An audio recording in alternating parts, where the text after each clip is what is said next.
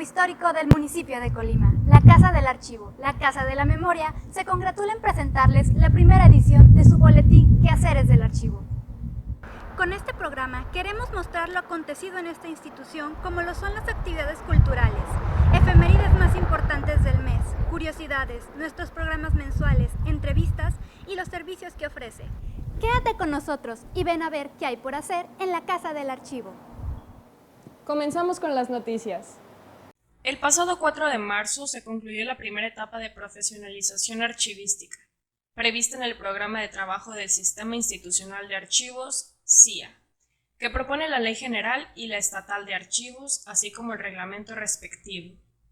Teniendo como sede las instalaciones del propio archivo, en un acto encabezado por la secretaria del Ayuntamiento, Sandra Viviana Ramírez Anguiano, y el director general de la institución, Noé Guerra Pimentel, funcionarios y encargados de las diferentes áreas de la administración municipal conocieron los mecanismos de gestión documental que en lo sucesivo habrán de llevarse de acuerdo con la norma establecida para garantizar la accesibilidad, oportunidad y transparencia en el manejo documental a favor de las y los ciudadanos, respetando y salvaguardando su derecho a la información.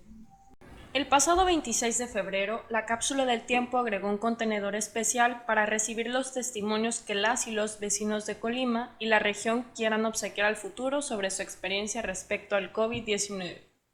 Para esta ocasión, el presidente municipal Javier Llerenas Cobian, a nombre de las y los ciudadanos del municipio de Colima, solicitó extender el plazo durante todo el mes de marzo para continuar recibiendo evidencias, por lo que la ciudadanía siguió acudiendo a nuestras instalaciones para obtener las hojas libres de ácido, en las que escribirán su vivencia con relación a esta pandemia.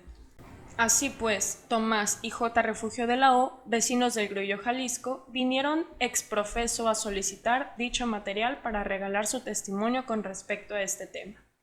El cierre de esta sección de la Cápsula del Tiempo se realizó el pasado martes 30 de marzo y se abrirá en el 2118, dentro de 97 años.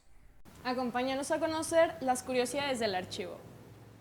¿Qué tal, amigos? Soy José Luis Larios García, investigador del Archivo Histórico del municipio de Colima.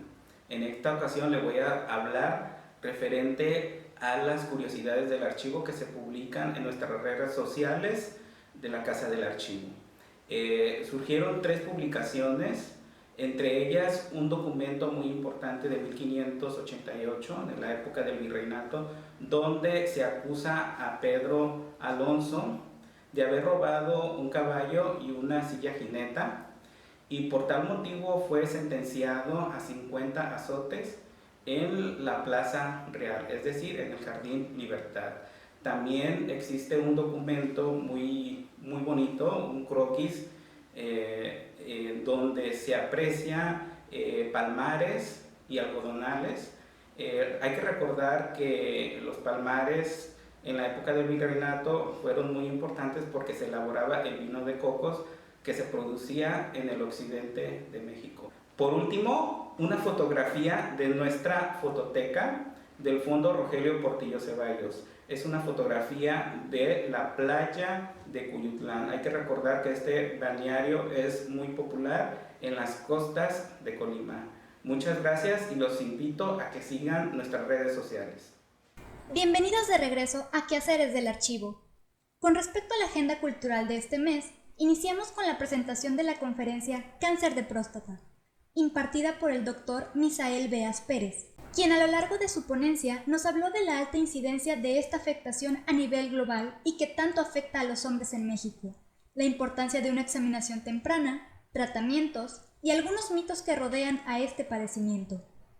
Asimismo, recordamos el importante papel de la mujer en la sociedad en el conversatorio Mujeres frente al COVID-19, Día Internacional de la Mujer, en el que Oralia León Rosas, Flavia Vergara Castillo y María Victoria Astorga se reunieron de manera virtual con la finalidad de concientizar a la sociedad y motivar a más mujeres mexicanas a través de sus experiencias particulares en el paradigma de la pandemia por COVID-19.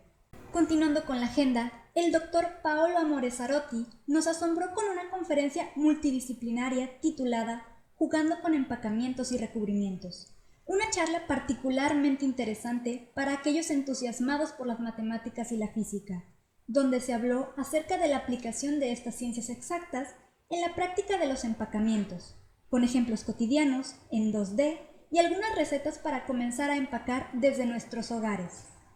El miércoles 17 de marzo, la Casa del Archivo se apuntó a la protección de los derechos humanos con la conferencia Defensoría de las Audiencias, un acercamiento, impartida por el maestro Valvanero Valderrama García, en la que se abordó brevemente la defensa de todos los que conformamos una audiencia desde el ámbito legal, con la exposición del papel que algunas leyes e instituciones tienen en la protección y respeto de nuestros derechos, así como nuestra participación mediante la demanda de contenidos en los programas que consumimos. Tocó el turno a la cuarta mesa de experiencias fotográficas, en la que contamos con la participación de 3 maravillosas fotógrafas, que nos dieron muestra de su trabajo y compartieron sus experiencias y recomendaciones para adentrarnos en el mundo de la fotografía. Así cerramos el mes de marzo, con una atrayente aproximación al cómo la mente influye en nuestro cuerpo y nuestros padecimientos, con la conferencia titulada Comprensión de las enfermedades psicosomáticas, en donde la psicoanalista María Victoria Astorga Segovia nos guiará para entender el cómo la mente, a menudo olvidada, es en realidad un pilar fundamental en la aparición o la cura de enfermedades. Nos vemos en la siguiente emisión para seguir contándote qué hay en nuestra agenda cultural. Acompáñanos a conocer nuevamente qué hay en Desde el Archivo. Mi nombre es Susana Maldonado Ávila y soy la restauradora del Archivo Histórico del municipio de Colima. Aquí en el archivo comencé como restauradora de papel. Con el tiempo, pues me di a la tarea de restaurar todo lo que había que reparar. En este caso fueron tremendos jarrones a los cuales les hacía falta ya parte del soporte, en este caso barro, y tuve que implementar medidas y otras técnicas de restauración para poder sacarlos adelante. Y también he dado cursos para los compañeros del archivo en la elaboración de pequeños muebles. En el año 2005, el Ministerio de Cultura de España lanza una convocatoria a nivel Latinoamérica y el Caribe solicitando a una sola persona para que fuera a aprender sobre la restauración de documentos. Y bueno, yo fui esa persona y acudí a España, al Instituto del Patrimonio Histórico, para aprender sobre la restauración de documentos en soporte celulósico. Posteriormente, al 2008, también fui a hacer otra pasantía, pero ahora para la restauración de obra de arte, también en soporte celulósico. Llegando a México, me pide el director en turno del Archivo Histórico hacerme cargo y montar un laboratorio de restauración. Con eso empezar a trabajar los documentos del siglo XVI. Documentos que venían en un tipo de papel buenísimo. ¿Por qué? Porque era un papel hecho a mano, un papel libre de ácido, hecho de fibras de lino, de algodón, de yute, de fibras muy resistentes. De no ser por el daño causado por el Estado, por el clima del Estado, estos documentos se hubieran mantenido en perfectas condiciones. ¿Y qué daños son estos? El hongo, la termita y las tintas ferrosas. En cuestión de las tintas ferrosas les voy a platicar algo. Estas tintas, anteriormente no había imprentas, entonces había escribanos que se encargaban pues de los escritos. Ellos preparaban sus propias tintas. ¿Con qué las preparaban? Pues con goma arábiga, con sulfato ferroso, tomaban de los árboles algunos taninos para dar tono, y no había normas, entonces ellos ponían determinada cantidad de tal sustancia, pero jamás se dieron cuenta que con el paso de los años los documentos escritos con estas tintas se iban a quemar, el soporte se iba a quemar. Quiero decirles la temática de los documentos de este siglo. Entre otras son testamentos, hablan documentos sobre brujería, hablan sobre venta de esclavos, sobre castigos a personas que se portaban mal. Entre otros proyectos que he trabajado aquí en el archivo está la restauración y encuadernación de actas de cabildo. También aquí me llevé una sorpresa, se veían aparentemente en muy buen estado estas actas, pero al hojearlas ya empezaban con el problema de la tinta ferrosa. Hubo la necesidad de encapsular todas las hojas de los libros para que no emigraran esas tintas con el tiempo. Mi trabajo yo lo comparo con el de un especialista, con el de un médico. Un médico recibe a su paciente, yo recibo a mis papeles. El médico se encarga de tomar los signos vitales, la temperatura. Yo me encargo de tomar la acidez del papel. También el médico hace un diagnóstico, yo también hago un diagnóstico de mis papeles. Él da un tratamiento y yo también doy un tratamiento a mis papeles. Todo esto va con el fin de la mejoría tanto del paciente en el caso del médico como yo en el caso de la mejoría de los papeles para conservarlos. En el archivo se restaura y tiene un fin todo esto para la conservación de los documentos, para que duren más tiempo. Con la conservación de los documentos se pueden manipular y esto puede ser posible para su digitalización. Se digitalizan los documentos que posteriormente van a ser publicados en medios digitales para que el usuario desde la comodidad de su casa pueda tener acceso a ellos. Y si en caso de los documentos de escritura antigua, también el archivo cuenta con paleógrafos que se encargan de la transcripción de los mismos y el usuario puede ver tanto la fotografía del documento como la transcripción y puede imprimir si desea. Bueno, pues a grandes rasgos esa es mi actividad, las actividades que realizo aquí en el archivo del municipio. ¿Te interesa incentivar el aprendizaje de tus alumnos? ¿Novedosos modelos pedagógicos? La Casa del Archivo y la Facultad de Ciencias de la Educación de la Universidad de Colima te invitan a formar parte del seminario académico Iridicencia, los colores de la educación, en donde cada miércoles los estudiantes de la maestría en Intervención Educativa de la Universidad de Colima presentarán la metodología y resultados de sus proyectos de investigación. Puedes inscribirte desde la liga que aparece en pantalla. ¡Te esperamos! Te invitamos a seguir nuestros programas mensuales. Leer es cosa de niños, experiencias educativas y voces. En la primera, Colima y sus terremotos, se presentaron textos, documentos y fotografías resguardadas en la Casa del Archivo, que relatan el paso de los terremotos en el estado de Colima a través de su historia. La segunda, una exposición fotográfica de Gustavo Vilchis Ramírez, titulada Travesías, fragmentos de luz y tiempo, en la que el fotógrafo nos da una muestra de lo que es ver el mundo, su temporalidad y color desde su lente. Para finalizar, los invitamos a la exposición fotográfica Mujeres en la Fotografía, que estará de marzo a mayo, en la que podrán apreciar de primera mano el trabajo, la visión y expresión de 9 grandes fotógrafas colimenses a través de su arte. Les recordamos que pueden visitarnos sin salir de casa, a través de la plataforma de Museo en Casa, donde podrán disfrutar de nuestras exposiciones de manera digital, con contenido interactivo y audiovisual que pone a la historia y la cultura de nuestro municipio al alcance de todos. Estamos a punto de concluir nuestra primera emisión, pero no sin antes llegar a los rincones de la memoria. ¿Qué tal, amigas, amigos? Estamos en la fachada de una de las casas más antiguas de Colima. Una casa que por lo menos tiene 200 años de haber sido construida. Una casa de los Álvarez. Estaba ubicada en los límites o confines de lo que era la mancha urbana de aquel Colima, del Colima virreinal. Vamos a pasar a conocerla. Les invito. Bueno, como les decía, al ingresar a la casa, esta es una de las casas más antiguas de Colima. Se ubicaba por la que originalmente fue la calle de los Almacenes, que ahora se llama precisamente calle Manuel Álvarez.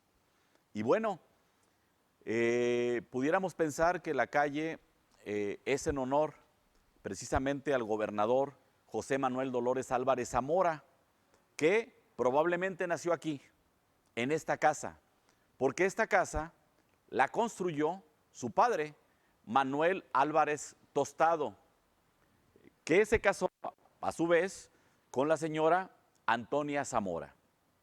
Ellos dos procrearon a la familia de la que fue parte el primer gobernador del estado de Colima a partir del 19 de junio de 1857, el general José Manuel Dolores Álvarez Zamora. Una casa esta que se empieza a construir en 1810 como propiedad de la familia Álvarez. Una casa que era el centro de la propiedad, que se extendía como una gran huerta con patios, traspatios y corredores en una dimensión mucho mayor a la que actualmente se encuentra. Lo que tenemos es una muestra de esa gran finca que comprendía lo que hoy conocemos como el jardín o los jardines de la Corregidora, toda esa colonia, y llegaba hasta la avenida San Fernando, en lo que en su momento se llamó las Huertas de Álvarez. Esta era la finca de las Huertas de Álvarez. Esta casona que está en Manuel Álvarez, número 40, en el centro histórico de la ciudad de Colima. Cuando se construye esta casa, estaba ubicada en Las Mojoneras, es decir, al norte, en la parte última de lo que era el casco urbano de aquella villa de Colima, aquella villa virreinal, en el año de 1810. Recordamos que Colima es ciudad hasta 1824, precisamente por un decreto del 10 de septiembre de ese año, de 1824. Hasta ese momento deja de ser villa, de tal manera que, siendo villa virreinal, Colima ven a ser esta finca enorme, propiedad de una de las familias más prominentes del estado de Colima, la familia Álvarez, Álvarez Zamora.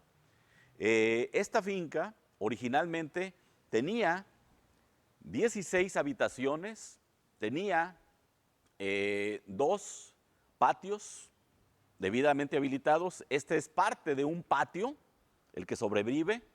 Tenía además una fuente principal al centro, tenía varios pasillos, actualmente nada más queda un pasillo en L. Además de esto tenía acceso a las caballerizas, donde estaban los caballos de raza, los caballos finos, que podían acceder a uno de los patios, que era este patio. La caballeriza se encuentra al oriente, donde está ubicado hoy el edificio de Telmex. Allí era la caballeriza donde estaban los animales más finos, los animales que podían presumirse a los invitados, a las visitas. Encontramos que esta casa actualmente pues tiene 8 habitaciones, ya en su último rescate, que lo acaba de hacer el Archivo Histórico del municipio de Colima, a quien está haciendo o es parte de sus posesiones, no como tal, sino como una casa rentada, la tiene en arrendamiento el Archivo Histórico del municipio de Colima, y las habitaciones, esas 8 habitaciones, son albergue de lo que se conoce como archivo de concentración. En esas habitaciones, además, pues tiene 2 patios, tiene este corredor en L que les decía, y desde el 1 de julio del 2009 alberga parte del archivo de concentración de lo que es el Archivo Histórico del municipio de Colima. Debemos recordar, debemos imaginar que en esta casa, como en las otras propiedades que tuvo la familia Álvarez en el centro de la ciudad de Colima, pues no solamente nació, creció, corrió, lloró el primer gobernador de Colima, sino también su descendiente, su bisnieta, la primera gobernadora, la maestra Griselda Álvarez Ponce de León. Aquí mismo anduvo Griselda Álvarez, en esta casa, como parte o una de las propiedades de los Álvarez, en lo que hoy conocemos como la Casa del Catrín. Y bueno, la Casa del Catrín tiene otra historia, es una historia que vamos a conocer. A lo largo del tiempo, la casa, por los sismos, recordamos que estamos en una zona sísmica, como es la ciudad de Colima, pues tuvo daños. La propia mancha urbana demandó espacio y la casa tuvo varias mutilaciones. Paralelamente, pues pasó por varios dueños, esta casona, y actualmente pertenece a la familia Smith, que es quien la renta al Archivo Histórico del municipio de Colima. Bueno, hablando de la leyenda del Catrín, que es lo que caracteriza esta casa que se llama la Casa del Catrín, debo apuntar que en el año de 1939, el doctor Miguel Galindo, el escritor Miguel Galindo, tuvo a bien publicar en una serie de cuentos e historias, narraciones locales, incluir la leyenda del Catrín. En esta leyenda, él dice, palabras más, palabras menos, no voy a citar textual, pero refiere que Carlos Contreras, un operario que hacía labores de carpintería en esta finca, al acercarse a esta fuente, a esta pila que tiene la gárgola, al refrescarse, después de haber andado durante el mediodía, pues ajetreado aquí en las labores correspondientes, escucha ruidos hacia el poniente, es decir, hacia la calle Venustiano Carranza, apuntando que la finca se corría hasta la esquina y que eso era un camino en aquel entonces. Él escucha ruidos, pero no hace caso, pensando que era alguien que, a su vez, rentaba esa parte de la misma finca. Carlos Morrill, que rentaba esta parte, que era su patrón, por decirlo de alguna manera, pues era únicamente propietario o rentador, arrendatario de esta parte. La otra no, la otra tenía otros vecinos o tenía otros propietarios, igual que la parte donde se encuentra hoy la edificación esta de Teléfonos de México. Estamos hablando de que esta casa está ubicada entre lo que es hoy Manuel Álvarez, que era la anterior calle de los Almacenes, como ya lo apunté, y la calle Venustiano Carranza, que antes era un camino y que se llamaba, según por ahí tengo entendido, calle de la República, algo así. Y bueno, la casa llegaba hasta allá, pero esa parte estaba abandonada. Escucha ruidos Carlos Contreras y pues él se retira un poquito de la fuente, se asoma y ve un personaje en una condición pensativa caminando con las manos hacia atrás. Lo describe él como un individuo alto, bien vestido, con traje completo, con corbata de moño, perfectamente peinado, de una mediana edad, y él se va a retirar a continuar con sus labores cuando le llama a la persona aquella. Él se acerca sin ningún temor y el personaje este le pregunta que si conocía a Manuel Álvarez Córdoba. Para ese tiempo, Manuel Álvarez Córdoba ya era una persona mayor. Hablamos de un adulto mayor. El operario, Carlos, le dice que sí, Carlos Contreras, le dice, es mi hijo, y quiero que vayas a decirle, cuando le estaba diciendo esto, y el cuate recapitula, que quien decía que era su hijo, pues era mucho más joven que él, pues entiende que no era de este plano el personaje con el que estaba platicando. Sale huyendo despavorido, se va y le dice que ya no quiere regresar. ¿A quién le dice? A Carlos Morrill, que era el arrendatario de esta casa. Carlos Morrill lo tranquiliza, lo acerca a la familia Manuel Álvarez, deduciendo él que se trataba de ellos, porque esta casa, como ya lo apunté anteriormente, la construyó el señor Álvarez Tostado, que viene siendo el padre del general Manuel Álvarez, presunto aparecido, lo que se confirma cuando Carlos Contreras, el operario, ve las imágenes que le presenta a la familia e identifica ahí al general Manuel Álvarez. Dice, este es. Y bueno, la familia, preocupada, en aquel momento le ruegan a Carlos Contreras que tenga o que propicie un acercamiento con el aparecido. Y bueno, después de mucho pensarlo, el muchacho Carlos Contreras, finalmente acepta y vienen a la casa otra vez. Él se mete a la misma habitación donde le llamó el personaje y ahí dialoga con él nuevamente. ¿Qué es lo que le dice el Catrín, o en este caso Manuel Álvarez Zamora? ¿Qué es lo que le dice? Le encarga dos cosas. Una, que le hagan la misa que él dejó pendiente porque se había dañado se había lastimado mucho al tumbarlo de un caballo su nieto Miguel Álvarez, el conocido Capacha, padre de Griselda Álvarez.